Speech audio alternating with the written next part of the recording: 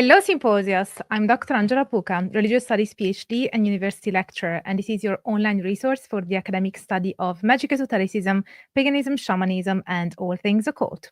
We have a very special guest today, and before I introduce her to you, I'd like to remind you that this project of delivering free scholarship for you guys is sustained by you all. So if you have the means and want to support my work, please do so via PayPal, joining my Patreon, Coffee, becoming a member here on YouTube, and also checking out my services at drangelapuca.com. Everything is massively appreciated because this project is crowdfunded by you guys. And now let's crack on with today's topic and our illustrious guest. Hello, Tanya. We have Professor Tanya Luhrmann today. So it's very exciting. Thank you so much for offering us your knowledge and expertise first and foremost. It's a pleasure to be here. It seems like a great show. Thank I'm excited you. to participate. I think sometimes, especially when there are colleagues and I have to do my introduction, I always think, what are they gonna think if they're not used to seeing my YouTube channel? They might not know that I'm, I have a bit of a personality. But it's lovely to have you here. People probably know that you're a professor at Stanford, and you have researched and studied beliefs both in witchcraft communities and with evangelical Christians. So first of all, could you tell us a bit more about your research? I also have your books linked in the info box so people can go and check them out. So I've always been interested in how the world became real to people. And when I was a graduate student in England some decades ago, I was kind of in a philosophical department. My advisor I was in anthropology, but it was kind of a philosophically oriented department. And I hung out with philosophers. I was advised by a philosopher. And the book that the philosophers really loved in anthropology was a book published in 1937 by a guy called Evans Pritchard on witchcraft, oracles, and magic among the Azande.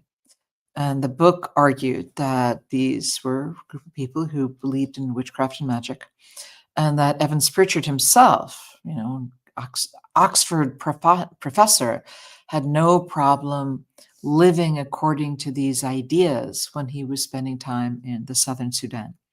And so there's a whole set of arguments that grew up around that claim. And many of the philosophers gave the argument that there was something to do with the lack of science education in the Sudan that was responsible for the presence of these ideas about witchcraft. And I thought that wasn't true. And in fact, I had spent enough time kind of encountering ideas from Renaissance magic to know that, in fact, ideas about magic and science are often kind of intertwined.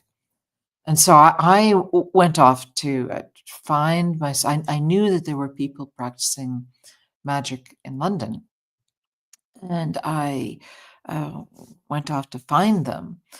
And what struck me was that the real issue was not an issue about belief, it was an issue about experience. People felt magical power. They had sensory experiences of spirits. And they were pretty clear that some people were more able to have these experiences than others. And that everybody, if you wanted to understand this, you had to practice, and that people who practiced would feel something. And that really intrigued me. And so that's been the sort of the rabbit I've been chasing for my research time. And it's the same kind of puzzle in evangelical Christianity as it is in the world of modern witchcraft or modern magic. People say, if you want to understand this world of spirits, you should know that some people are better than others, but you've got to practice. And everybody who practices will experience something. And so, after years fretting about this, I have some things to say about what I think why some people are more likely to have these experiences than others, what goes on with a practice that helps people to have these experiences. I have a point of view about the structure of spiritual experience in different worlds across the globe. I think there is a kind of structure of spiritual experience. And there's still so much more to know. Mm. Yeah, I'd like for you to expand a bit more on the structure of these spiritual experiences. But first, could you please close the Outlook account because we keep getting the Oh, the sorry. notification. Sorry So about that, of course. Yes. that's okay. Sorry about that. Okay. It's okay? Yeah, sure. So could you please expand a bit more on these patterns of spiritual experiences that you have found across different traditions? So what you see is that you could say, so I talked to folks who in different magical communities, so back in the day I was initiated into a coven, a witchcraft coven. I was initiated the Western Mysteries. I joined a couple of different Western Mysteries groups. I hung out in Kabbalistic circles. And then later, I also spent a long time in evangelical churches. And I should say that I also spent a lot of time with folks with psychosis. And so I feel pretty comfortable distinguishing these experiences from psychotic experiences or mad experiences, although there's much more to say about that. So when you talk to people, what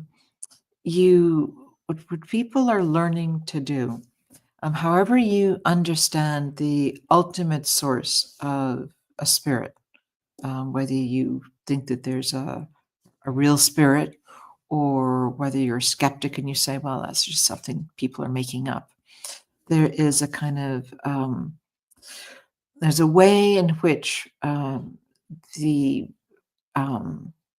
people are identifying events in their mind and body that they take not to be their own events, but to be sent by some other being. And you can see, what I saw is that there's a set of experiences that you could call paraordinary. People have thoughts in their mind they take not to be their own, to be sent by the goddess or by a god. They have visions that they take not to be their own thoughts, but to somehow to come from another source. They have powerful dreams. They feel movement on their body, like they feel goosebumps.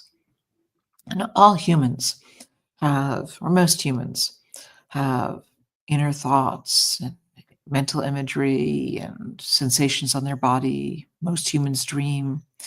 And so these paraordinary events are experiences that people will present to me as evidence that somebody has communicated.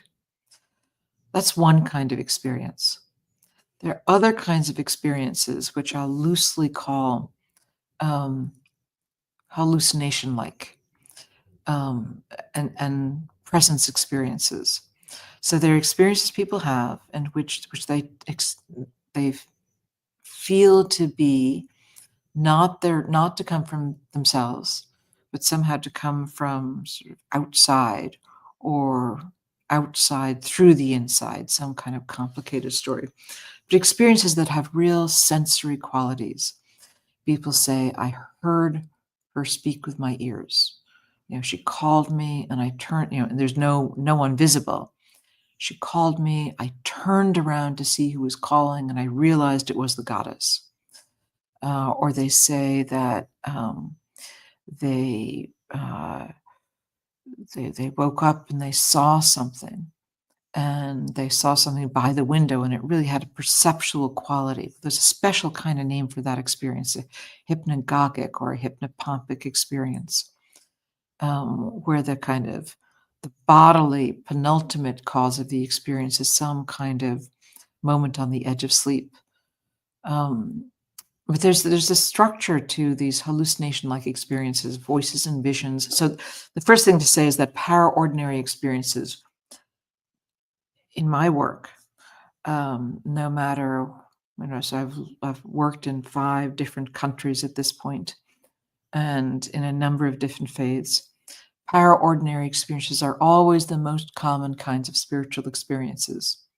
They're followed by experiences, hallucination experiences, or presence experiences. Presence experiences are, people will say, well, I knew that the goddess was present.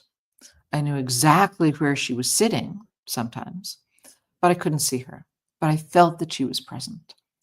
And there are, so if you ask people systematically about these experiences, our ordinary experiences are always more common. And hallucinations and presence experiences are sort of next most common. And often presence experiences are a little more common than hallucination experiences. And hallucination experiences, or hallucination-like experiences, voices and visions are always more common than smell or taste experiences. Many people do say that they have tasted a god, or they have smelled a god or goddess, and then it's a real smell, but it wasn't caused by something material.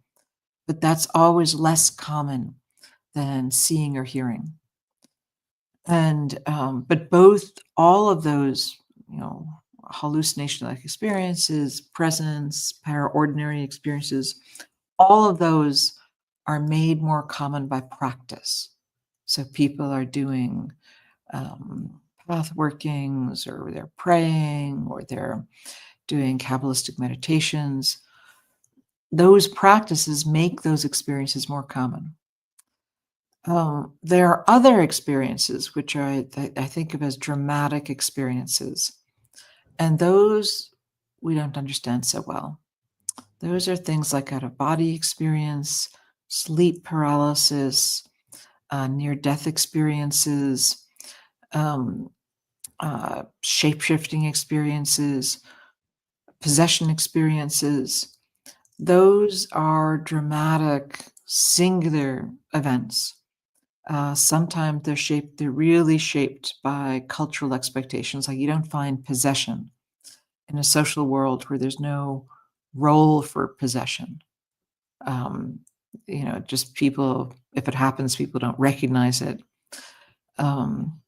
Sleep paralysis is pretty common. It does seem to be affected by culture. So sleep paralysis is that experience where, stripping it of metaphysical meaning, the person wakes up and they can't move, and they feel a weight on their chest, and sometimes they feel a presence in the room, often a negative presence, but sometimes a positive presence. So that's pretty common. Say in like this, in the United States, roughly, you can't entirely trust these rates, but roughly a quarter of people have reported that. But the rates don't really vary that much in my experience, in my limited samples. It doesn't really vary much across religious groups. And frequency doesn't seem to respond to prayer or to some kind of practice. But it's more common in some cultures than other cultures. Yeah, that's the topic of culture that you raise is actually interesting and makes me wonder, do you think that it might be possible that in certain cultures, certain experiences are not reported, not because they don't occur, but because they don't have the terminology within their culture to talk about them? I'll give you an example. So, for instance, very simple example is that in the UK, for some reason, there are many words to say different types of rain, right? So you have drizzle, you have rain. There are different type of words. Whereas in Italian we have one, maybe two. So it's not like the drizzling doesn't occur in Italy. It's just that if it happens, we wouldn't really identify with that word because we don't have that cultural reference. Right. So And it's a bit similar to astral travel. So astral travel is a term that conceptually has been created by the Theosophists in the 19th century. But out-of-body experiences have happened transculturally long before the Theosophists had given that specific conceptual shape to that specific type of experience. So I suppose that my question in this case would be, how can we tell whether an experience is not reported because it doesn't occur, as opposed to people not having the language or the cultural frame to talk about it to the point where it could be reported within an academic study? Yeah. I mean, it's a great question. I'm sure there are experiences that people have that they don't name, don't report. I do think there's an interaction effect, so that if you recognize the experience while it's happening, it can become more elaborated and more available to you. So, I think that that's one reason why there are differences between people. Some people are comfortable having unusual experiences, and they're not quick to define it as something that's not real. And so they're more likely to allow the experience to flower. But yeah, for sure. I mean, I think that our vocabulary to describe these experiences is, you know, deeply cultural, probably limited in all ways.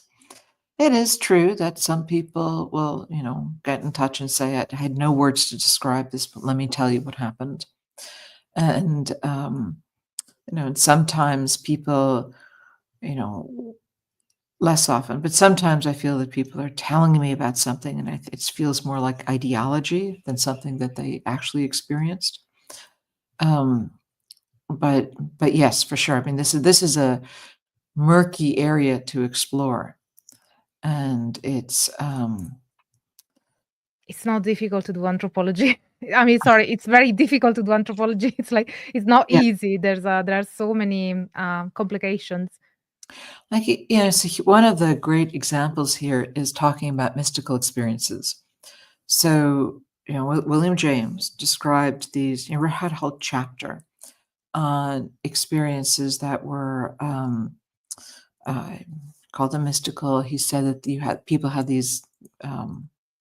Gave a bunch of examples. He said people have these experiences in which they feel suspended in space and time.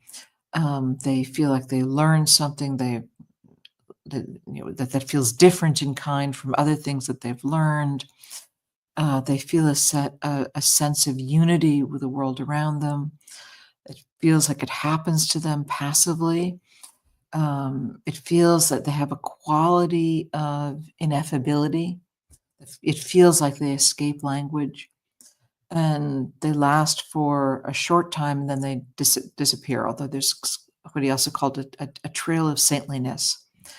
So he lists a set of characteristics, and I've tried to systematically ask people whether they've had these experiences. People just talking to me, sometimes I can tell they've had an experience that sounds very much like that, and it feels like it's an apple, like they're talking about the same kind of thing. But if I say to somebody um, that I haven't talked to a lot, have you ever had an experience that seemed, to be passive? It came upon you. It was you felt a sense of unity with the world. You felt suspended in space and time. It felt ineffable, but you learned something important, and it existed for a short time, and then it disappeared. Has that ever happened to you? A lot of people will say every afternoon. So that's sort of a failure of language, because that's not what you're searching for. You're searching for these really dramatic events that happen to people, and when they happen, often people can't forget them. They it becomes if they remember them. So this is another feature of language. If somebody has a powerful, potentially life-transforming event, but they have no language for it and no theological frame to make sense of it, it can disappear for them, and they don't remember it. And so that's also one of the great mysteries of these experiences. Yeah, it's a bit like a dream. When you wake up from a dream, if you don't have a frame of reference or you know it somewhere, you can easily forget it.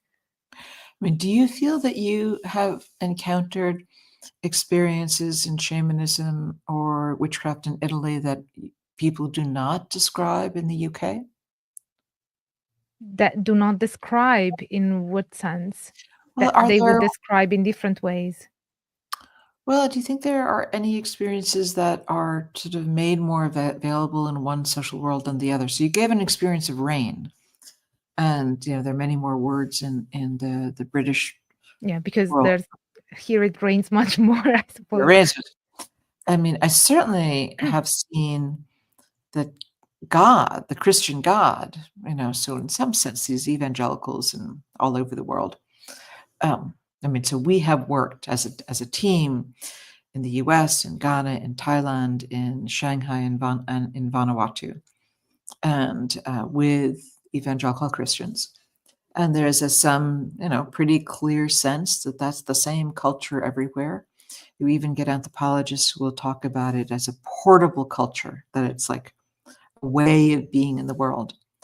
But, God is imagined pretty differently from world to world. I mean, God is experienced differently within people, within a single congregation.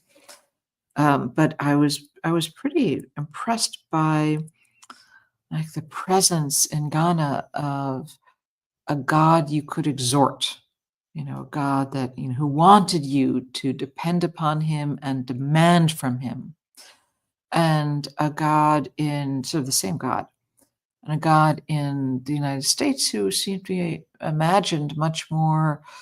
I hope this is not disrespectful, but much more like a great big teddy bear, and much more mighty, but with this aspect of being sort of cuddly, which I didn't really see elsewhere.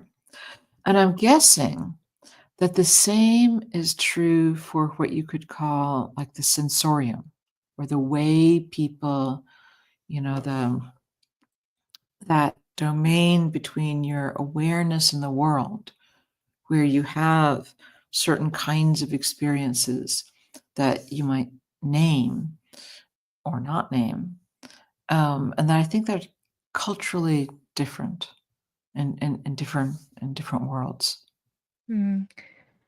I suppose that I wonder whether with evangelical Christians there's a bit more of a structure that can be more easily exported across different countries compared to Mhm. something like folk witchcraft, for example, or even shamanism, unless it's transcultural shamanism.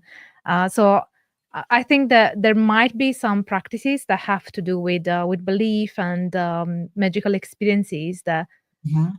have less of a dogmatic structure to the point where it can be transposed to different countries and different cultures. So Mhm. I think that folk witchcraft would be an example of that Mhm. because it manifests. I'd say that the experiences that occur are very similar, but the way it manifests and the way that people talk about it and the way people frame it conceptually is different and varies depending on the country. So Mhm. the even the cunning folk in England would frame their practices very differently from the witches in Italy who wouldn't even call themselves witches unless they are the new generation of Oh, folk witches. so that's interesting. I mean, it is true that sometimes I talk to people and there's a set of beings who are experienced, and I haven't really heard that representation before. So, for example, I remember talking to a woman who had spent some time in Ireland, but she was Scandinavian. I think she was Swedish. And she experienced elves. So her experience was that she'd gone to Ireland, and someone hopped into her suitcase and came back with her. And so she felt them kind of whispering behind the sofa. and she felt that they were sort of present around the rooms. She could tell that they were there. And she talked about it in a way that I hadn't heard people talk about beings. And I think That's a that's good point, and sorry, I interrupted you. Italian bias. I don't know. Um, that reminds me that that's why I think that there is a difference between types of mystical practices that have to do with Mhm. the locality and the culture. Mm, Because one other element that is very important is the spirits of the place. yes. So obviously, if you do something like folk witchcraft or different types of folk practices that have to do with the spirits of the place, they will be different depending on whether you are in Ireland or in England or in Italy or somewhere else.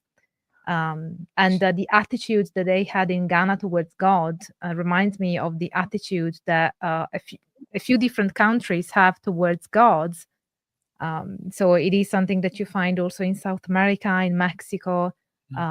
So this idea that you demand things out of the Mhm. gods.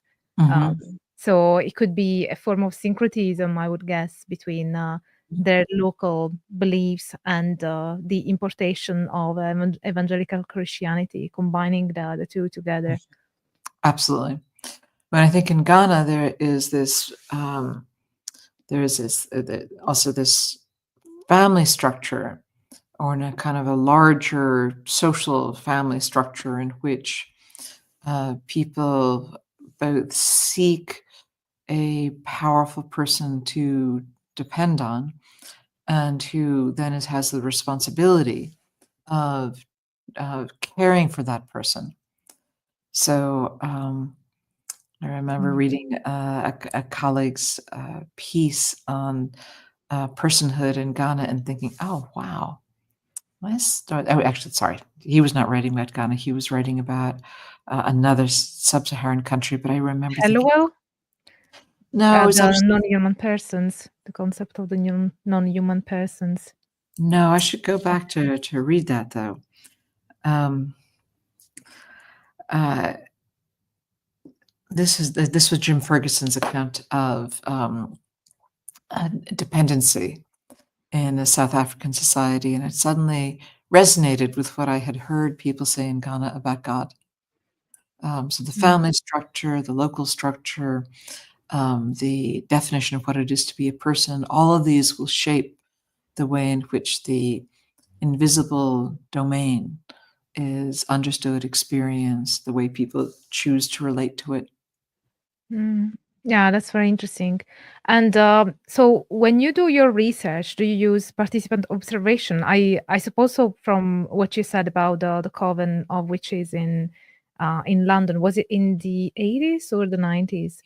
In the But yeah, yeah. what is your methodology to gather data? Do you do a lot of participant observation? Do you do more interviews? And when you do participant observation, because I'm interested in that because I also do a lot of participant observation. Do you always clarify that you are a researcher? How do you go about the kind of dynamic? Well, I mean, I'm the kind of anthropologist who really throws herself into the world she's come to study. I mean, that was my era of anthropology. And so I arrived in these groups in London, and I was writing my dissertation. I said, I'm writing my dissertation. I'd like to write about this. But I also got myself initiated, did the rituals, did the training, did the practices, and that's how I changed my perspective, because um, I felt the magical power. I saw things, I experienced things. It was clear that um, I was not alone in doing that. People had these unusual experiences, and then I became interested in them. But it became pretty clear to me that people weren't just talking about them to have something to say. They weren't being pious. They actually did have what they experienced to be conversations with the goddess. They actually did feel the magical power. They actually could. Sometimes people would say, "Oh, the ritual didn't work," and it wasn't just ideological understanding. It was a feeling that I didn't feel the power in the room. And so there was a point at which somebody read my sort of a dissertation prospectus, and they'd sort of forgotten that I was an anthropologist, and then they got upset. And so there was all this kerfuffle and conversation.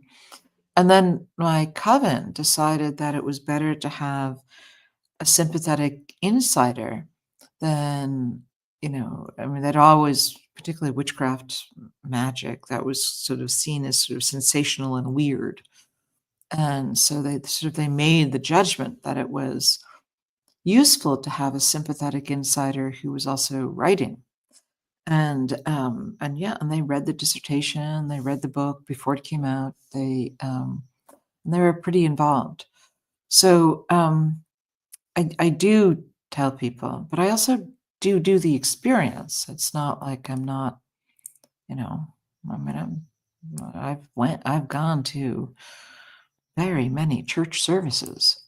And it's, I did the Ignatian exercises.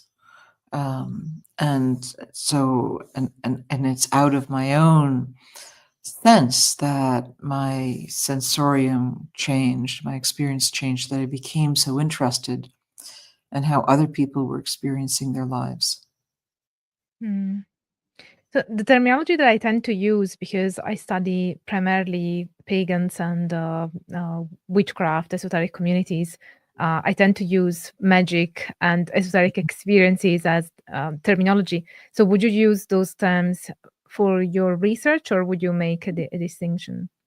I know that magic is a term that is difficult to define. I'm happy with magic. I mean, I think that people use those terms in different ways. I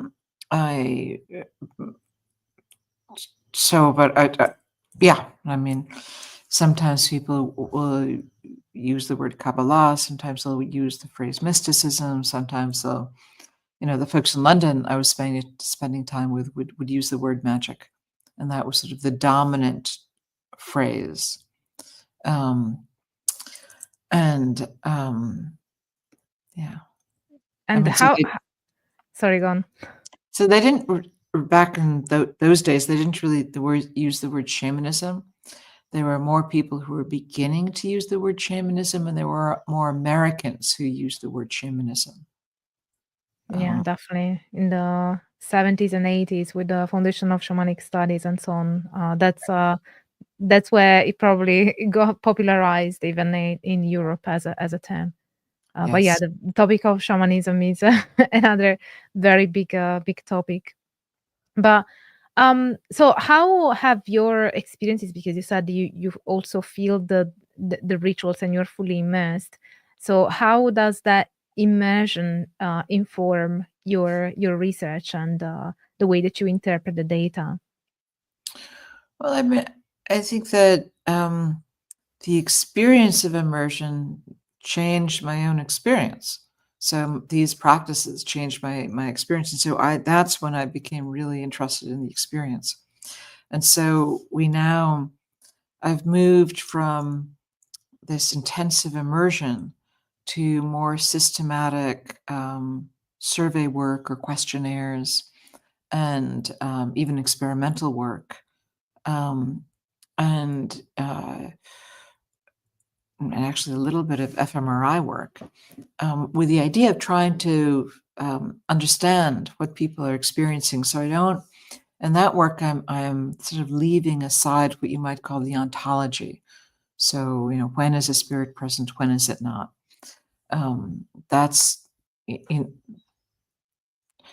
any religious group struggles with the issue of discernment. But I became really interested in what people experienced, and particularly in practice, and how people, and the way that training seemed to facilitate these experiences for some people. And so when I encountered something pretty similar in evangelical circles as I'd seen in magical circles, I decided to run an experiment. So I thought that the blunt structure of these practices was pretty similar. So the people I knew in London would talk about path working, and whenever you held a ritual, people would meet together, they'd close their eyes, and somebody in the group would tell a story, which people were trying to represent in their mind's eye. And there were really two pieces of that story. One was what you could call mental imagery cultivation. So people are trying to experience their different representations in their mind's eye as vividly as they can. And people are also just talking to somebody as if they were there. And that's true in prayer as well. So, walk into a Christian church and the priest will say, well, just talk to God as if he's there. And they'll often give, if you buy one of these Christian prayer manuals, you'll often get these invitations to represent some kind of biblical scene in your mind's eye. And so I ran an experiment in which we got like 100 people into my office and we randomized them into path working like practices, which are really the Ignatian spiritual exercises. We randomized them into doing the Ignatian spiritual exercises for half an hour a day, or listening to some lectures on the Gospels. And they're pretty good lectures. And for the same amount of time. And they had to do it for a month. And before and after, I began to collaborate with people, and we came up with specific ways to see how people were experiencing themselves differently. And I thought I could see some differences. So people did these exercises and we interviewed them pretty carefully and had them fill out questionnaires, and they used the computer to evaluate their mental imagery. And we saw differences between the people who had done the practices and the people who were listening to the lectures. And I think we're going to try to do that again and see whether we can get even more confident that the training is doing something. I mean, we know from anthropology and from history and from religious studies that these practices are powerful, but it's nice to have this experimental support to feel more confident. I mean, sometimes people will say, anthropology, that's just anecdotes. But if you're able to really show differences between people who've done the praying and people who haven't, then that makes skeptical observers more persuaded. And so then while doing this work back before the pandemic, I was contacted by people who were creating invisible friends. So these were tulpomancers. So they were creating these invisible friends they called tulpas, and they understood this as a Tibetan spiritual practice, or it kind of had its roots in a Tibetan spiritual practice. But they started out doing this without any metaphysical commitments. And in other words, they were making up this friend and they thought it was like a psychological trick. And then they systematically used this combination of mental imagery cultivation and just kind of narrating their day to somebody who was there. And what I saw was that they did develop over time the sense that the friend was really alive, was really responsive. And so we've begun to look at the way the friend can behave when that person is in an fMRI machine. And I think we're beginning to see some evidence that the brain behaves a little differently. And that's cool because it gives you a sense that however you think about the metaphysics, when somebody says, I'm having these different experiences, it's not just a way of talking. It's also a way of experiencing. Yeah, it gives you some sense that the experience is powerful. So what do you think is the relation between belief and experience? Obviously, as as scholars, we don't make a metaphysical judgment on whether things are real or not. It's more about understanding people's belief systems and their experiences. So, what do you think is the relationship between the belief and the experience, whether it be in magic, in gods, in entities? Well, I guess I think that for all people who take seriously the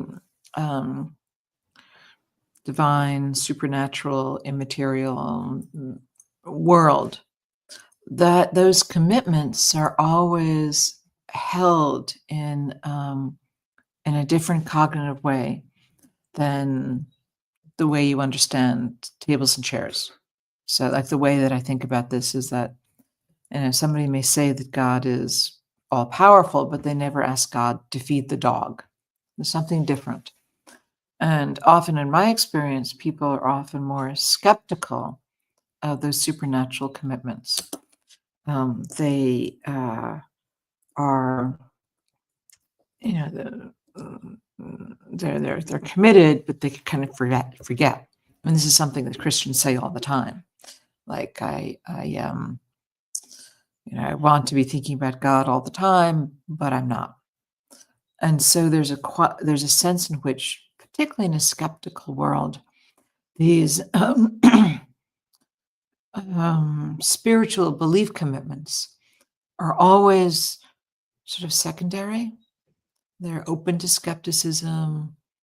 People will sometimes say, it's a mystery, I just don't understand. I think that the experiences, when you have a first-person evidence that something has happened, it changes the way that you hold those sets of ideas about the spiritual. So I think it matters a lot. And I think that more people have vivid experiences of the supernatural than many people in the secular world really take seriously. I mean, I think that, in fact, we just did another one of these more structured comparisons. And even in a group of secular people in Palo Alto, something like 40% had some kind of spiritual experience of God. Now, what you do with that kind of ranges. But but for somebody who is drawn towards this way of understanding, it can be really powerful to have those experiences. And they can be life-changing. Yeah, absolutely. My perception in my research is that experience tends to come first for practitioners of esotericism and magic, and they are willing to. So the belief system tends to be much more malleable. In some cases, it's even like provisional beliefs, as Stinger has mentioned in his work. So it seems to me like experience comes first, and practitioners tend to have a belief system, but the belief system is malleable. And if the experience changes, they're willing to change the belief based on the experience and not the other way around. Because there might be some religious experiences that tend to favor perhaps more the belief system, and then the experiences are interpreted according to the belief system. But I think that when it comes to traditions that include some form of magic, esoteric practices, mysticism, that they tend to do the opposite. So to have the experience as the most important, the central thing. So if the experience changes, if the evidence they have from their own experience changes, then the belief will change accordingly. Yeah, Yeah, I think that makes sense. I mean, it Mm. depends on your social world. I mean, I think in esotericism, most people don't grow up in an esoteric world. But in Christianity, many people grow up in a Christian world, and sometimes they'll say, "Well, God doesn't speak to me." So they have lots of ideas, but they have less in the way of experiences. Mm. What would you say that is the core research question that has guided your own research, if there is a core one, or maybe core ones? I think how things come to feel real to people, and Mm. why some things, particularly in the domain of things that shouldn't or feel real to people or don't feel real to some people. Mm. So how gods come to feel real, how you know why how power comes to feel real, um, how people manage themselves in part in their relationship with this immaterial domain. Um, when is it? How is that like madness? How is it not like madness? Can you tell the difference? Does that matter? How do these experiences change when you define them? Do they change over time? Those kinds of things. Mm. Yeah, that is very interesting. I think that those are also questions that a lot of practitioners have to deal with as well, given that we do live in a materialist, reductivist Mm, theoretical framework. So yes. there have been moments in times and cultures where spirits are just seen as obviously real as the chair, but Mhm. it's not the culture we live in. So I suppose that Yeah. you don't Even agree with that. so, I think that people mark a difference between the immaterial and the material. But Yeah, I think I would agree with that. But there are some cultures where the presence, the existence of spirits is perceived just as ontologically real as the chair. Not that it means that the chair is the same mhm, as the spirit just says, I am not the same as you, or I am not the same as the computer, but I mhm. have the same perception of your ontological existence as I have of my own ontological existence and that of the computer, even though we are of different nature, but the perception of our realness is similar depending on our framework.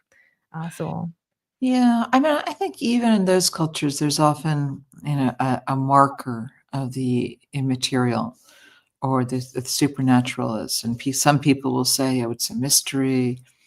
Some people will say, "Well, I believe that this is real," but you say, "Well, how confident are you?"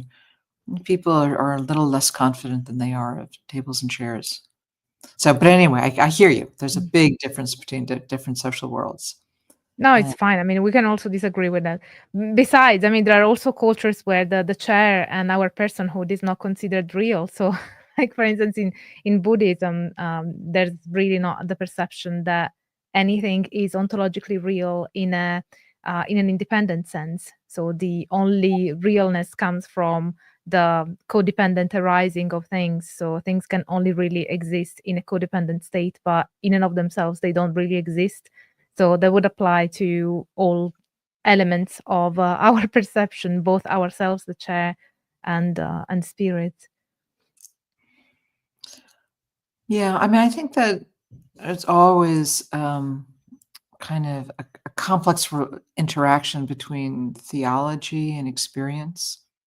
And there's this kind of commonsensical how humans are in the world, and there are these other ideas, and then there's this really rich and complicated way in which people make sense of. I mean, people have these contradictory experiences all the time, like good commonsensical understandings of the way the world works. Just don't explain everything. I mean, when you think about it, I'm pretty confident that there's sort of a universal default expectation that thoughts are inside, and in some sense inside, that they're private. Other people can't read your mind in general. That they're your thoughts. They have a quality of myness. It's my thought. That they don't slip out and act on their own in the world. But every human has experiences that violate those basic common sense expectations. So everybody dreams. And some dreams just feel like they come from outside. Everybody gets angry. And sometimes that anger feels as if it's not yours, it comes from outside. And I think a lot of human experience is like that. It's contradictory, it's confusing, and there's this kind of interaction between, what psychologists might call the kind of universal constraints on cognitive development, and these experiences that don't make sense within those constraints. And then there's this kind of, people manage in different social worlds how to make, they come to some kind of resolution. And I think often there is a sense of, mystery, uncertainty, confusion. It's the great thing about consciousness. Mm. And I was wondering, among the theories that you have developed as based on your research, which is the one that you're most proud of, the one that you consider the most important? I think that the one that's emerging now that suggests that there are, that there are conflicting intuitions about the way people experience their thoughts. And there are at least 3 factors that facilitate the sense that the supernatural feels real to people. I think that might be the most important. Well, fair enough. It is really a self-assessment. We have a question from Jessica. Dr. Lurhmann, in your book, How God Becomes Real, you mentioned the idea that Western religion had been made private. Could you please expand on that concept? Thank you. Okay, I think it's a great question. I think that in the Western world, in this age of secularism, what you believe about God is seen as a private choice. People might go to churches, but it's perfectly reasonable to have an identity, a social identity, as a non-religious person. That's relatively unusual in the course of human history, and that's striking. And also, thank you, Nadia, for your kind words of support and becoming a member. So, yeah, I was thinking about our whole conversation, and I suppose one thing we didn't cover is the concept of the interpretive drift, which is something that you talk about in your book. So, can you expand more on that, and whether you also have changed your idea about it? I think I like my concept of interpretive drift. I think what I was meaning by that concept, and this emerged from my observations as an anthropologist hanging out among people who call themselves magicians and witches, is that people don't come into a group with this clear-cut belief commitment, but as you say, they start to have experiences, and the experiences help to persuade them that these ideas are reasonable. So by interpretive drift, I mean that it's not that somebody, has a conversion experience, the magic is real, and now they're committed, and now they're going to start participating in these groups. It's more that they start participating in the groups. They have a set of experiences. They acquire new ideas that make sense of those experiences. They come to a resolution in which they make sense of how their different identity kind of fits in with the rest of their life. And slowly and over time, their understanding of who they are and how the magic works, that shifts, it drifts, and they don't necessarily even catch all the points through which it changes over time. That's very interesting. So has this concept that you have developed remained the same, or have you sort of modified it over time? Oh, I think it remains the same. I've tried to, when I think about the three-factor model, it's really a story about interpretive drift. I'm just trying to get a little more clarity about why, the stages along the process, like with the tulpamancers, so if people are higher in absorption, they drift a little faster. If they're in a social world that imagines thought is potent, they drift a little faster. If they practice, they drift a little faster. And I know a little bit more about how the practice is entailed. When I was hanging out with the tulpamancers, I was really struck that they had what you might call I used to think of it as a ladder of realness. So here are these folks, they stumble across this corner of the internet. They think, making an imaginary friend, that sounds like a kick. I'm going to try this. And they find that they do these practices. And oh my goodness, that felt like it wasn't me. Somebody pushed me off this imaginary bridge. So the person knows it's a bridge they've imagined, but it feels like somebody pushed them. Well, that was a big moment. And then there was person is going along, they're doing their practices, they're practicing talking to their tulpa, and the tulpa speaks in a way they can hear with their ears, just once. But it's like that's another step. And so people would narrate the stories of their tulpa to me in a way that really helped me to see these notches of increasing realness. And it was easier to see with tulpamancers than with magicians, because the tulpamancers are looking at one thing.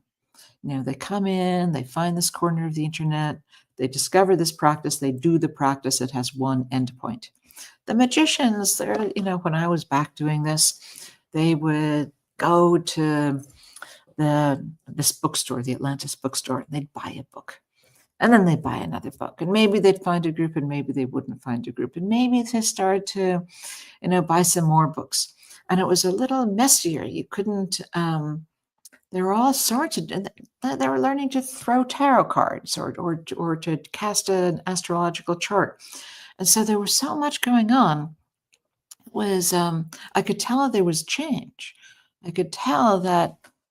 Oh, you look at the tarot card. That made sense. I could tell there was something shifting, but I couldn't see so clearly this ladder. But I could see a drift. I could see, oh, that makes sense. Oh, maybe that makes sense.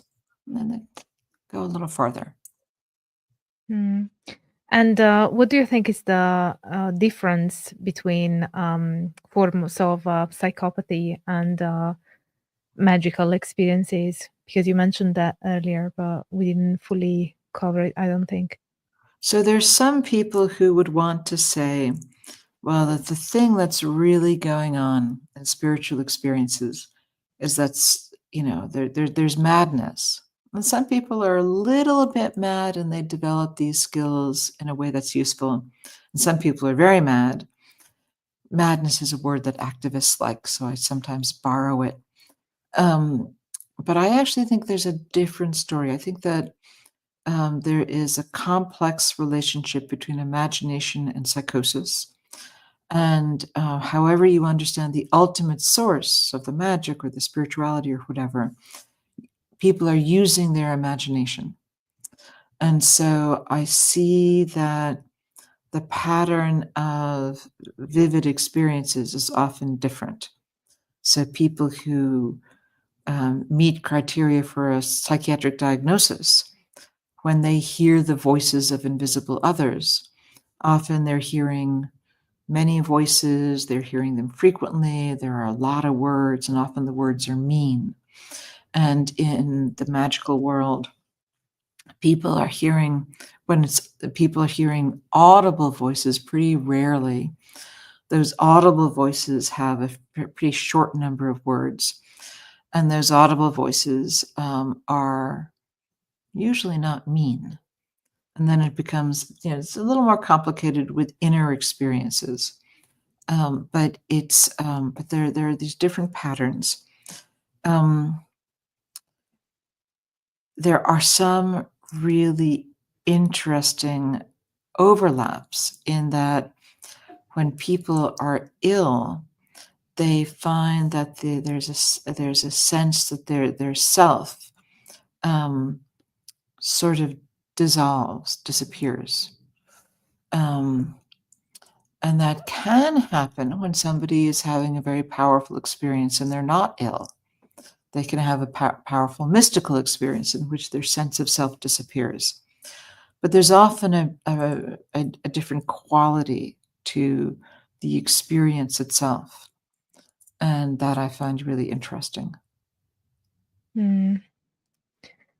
But so do you say that there is a difference, then there are occurrences where it's completely different, that a form of psychopathy wouldn't be let me rephrase it.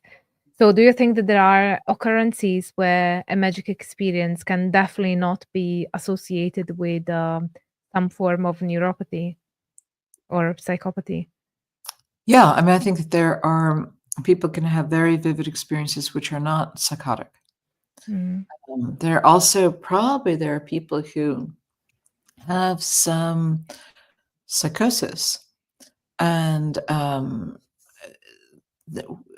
what's happening is that, and they come into a magical practice and they sort of rein in some of their experiences through these practices so that what could have developed into psychosis becomes kinder. I think it's complicated to tell that story, but I think that also sometimes happens. And do you think that it's something that matters and practitioners should be aware of, or is there anything that you would advise them? I mean, I think that, it's important to use sort of common sense about your own experiences. So if you find, I think that I think there's a moral imperative for people who are doing spiritual practices to pay attention to discern what's going on, because it can, the medieval church struggled with this as well. Somebody hears a voice. Is that really a reliable voice? Are you making it up? Is it possibly a demonic voice? Is it a voice of madness? And so I think it's always important to kind of test your own experience, to evaluate what the sources might be, to reach out for wise advice if your experiences make you anxious. And that wise advice can be a clinician, or it can be a leader of a coven. It's you should always kind of keep in effect an open mind about the source of your experience. Yeah, I suppose that's good advice. So before we wrap up, is there anything that you'd like to cover that I haven't asked you yet, or anything you'd want to say to my audience? No, these are great questions. I encourage people in their pursuits, and if anyone is following the path that Ficino laid down, I would be interested in talking to them. So is there, if anybody wants to participate in your research, how can they reach out to you? Oh, send me a note at my email. It's my last name at stanford.edu. Oh, okay. I'll add it in the info box as well, so that if people want to participate in your research, they can reach out to you very easily. Great. Thank you so much, Angela. This has been a lot of fun. Yeah, thank you. Thank you for being here. So I'll wrap up the live stream and then we can have a chat afterwards. So don't leave the studio. Okay. Thank you again. It was a pleasure.